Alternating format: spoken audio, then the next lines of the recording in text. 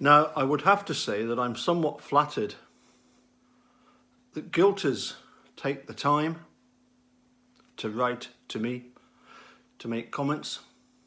At times, yes, I wish that you could be a little more coherent.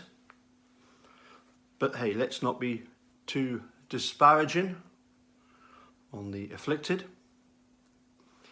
But I do want to make this clear. So please do listen carefully.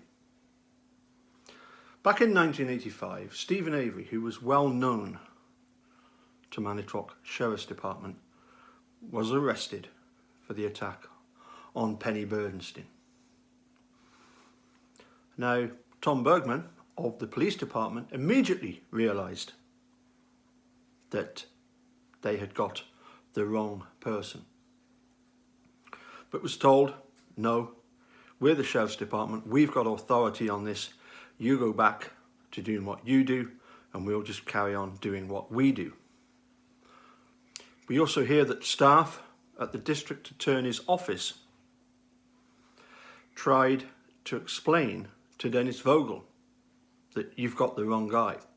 This is clearly the work of Gregory Allen.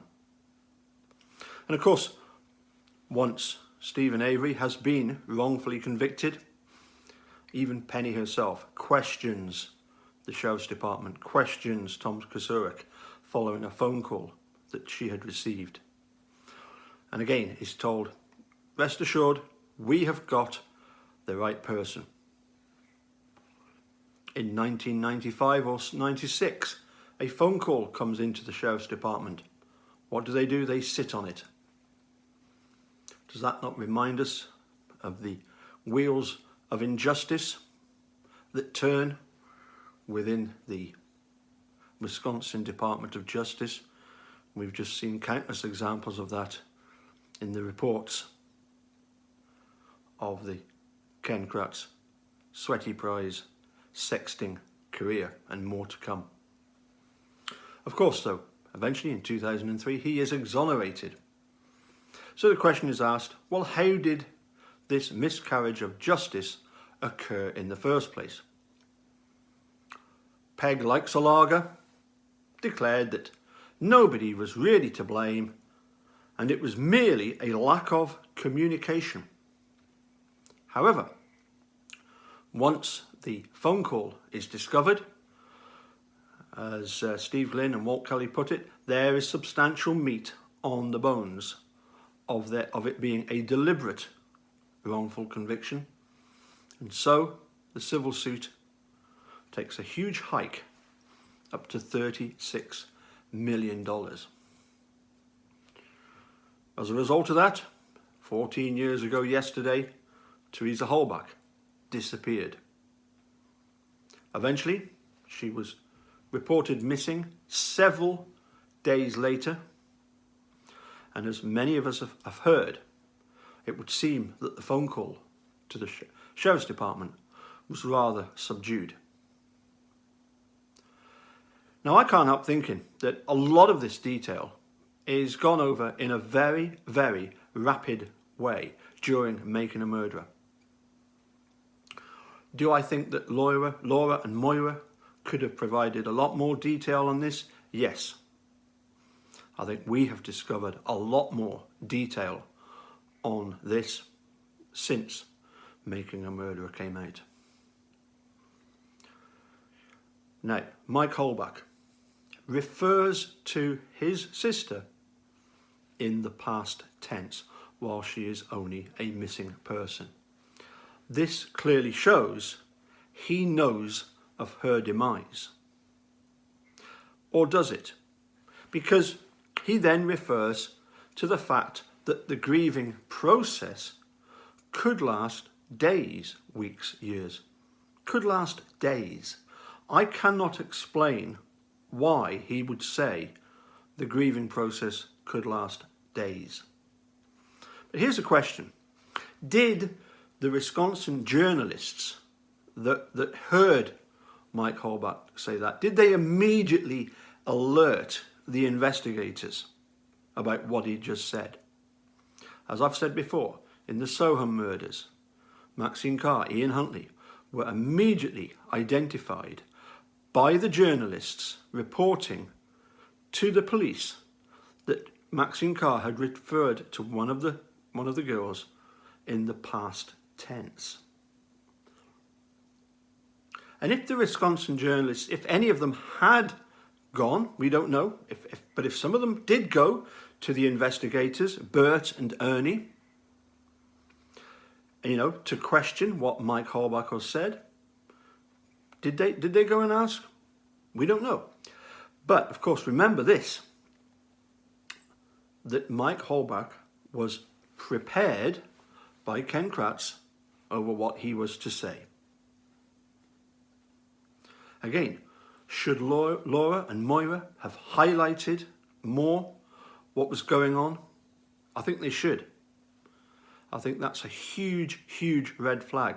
But no, all that Laura and Moira did, of course, was to simply document everything that was going on and leave us to find out what the hell was going on and to draw our own conclusions. We've seen, as I said, just how the Wisconsin Department of Justice, the wheels of injustice, the wheels of corruption, we've seen how they turn in the way that they tried to hide the Ken Kratz sexting career. They sat on it for nearly a year. But here's the thing. If we take Peg Leixelager at face value, okay, she said that the problem with the 85 wrongful conviction was the lack of communication. And here's the thing for me. Making a Murderer has provided a means of communication. Now, in 1985, anybody that had suspicions or that knew that Stephen Avery couldn't have done it and it was Gregory Aaron, they turned to the various people that they could speak to, but who else could they turn to? It's not like you can call the A-team. But in 2007, when Steve is wrongfully convicted, who can people turn to? Can't turn to anybody. Again, the A-team is purely fictitious.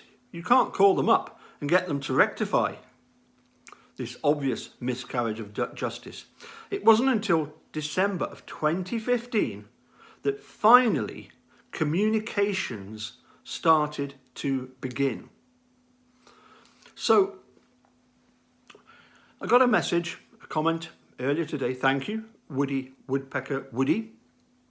You replied to the video that I posted earlier this week, I believe. It was the response to just supporting the lies.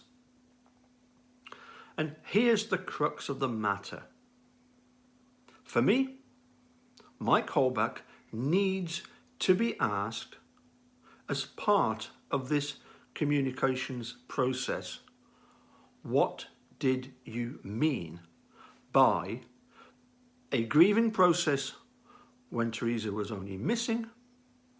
And what did you mean by the fact that it could last for days? Now, from the tone of your comments, I wonder, and the content of your comments, I wonder if you actually know the Halbach family. If you do, and if you know Mike Halbach, would you be kind enough to ask him what he meant by that comment? Because, as I say, when it comes to communication, for me, the journalists in Wisconsin should immediately have alerted the detectives about what was said. But if they had have done, what would they have done? What would the detectives have done? They would have merely sat on it. Why? Because they, through Ken Kratz and themselves, were given the information, were telling Mike Halbach what to say.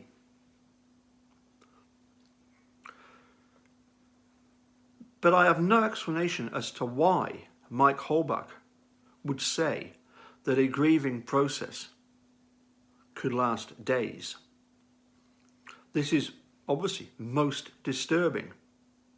Am I suggesting that Mike Halbach was instrumental in the murder of Teresa Halbach?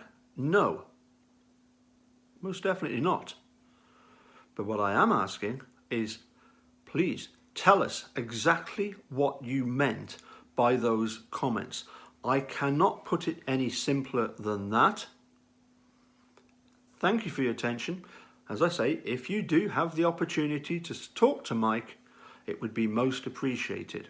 And as I said earlier, I do appreciate the fact that you've taken the time to comment and send messages to me. Obviously, I'm flattered because that means that in some small way, I am of some significance in this. So therefore, please, let's get to the bottom of this. Let's pass this information on to the people that should be provided this information so that then we can avoid a miscarriage of justice. Thank you for your time. Bye for now.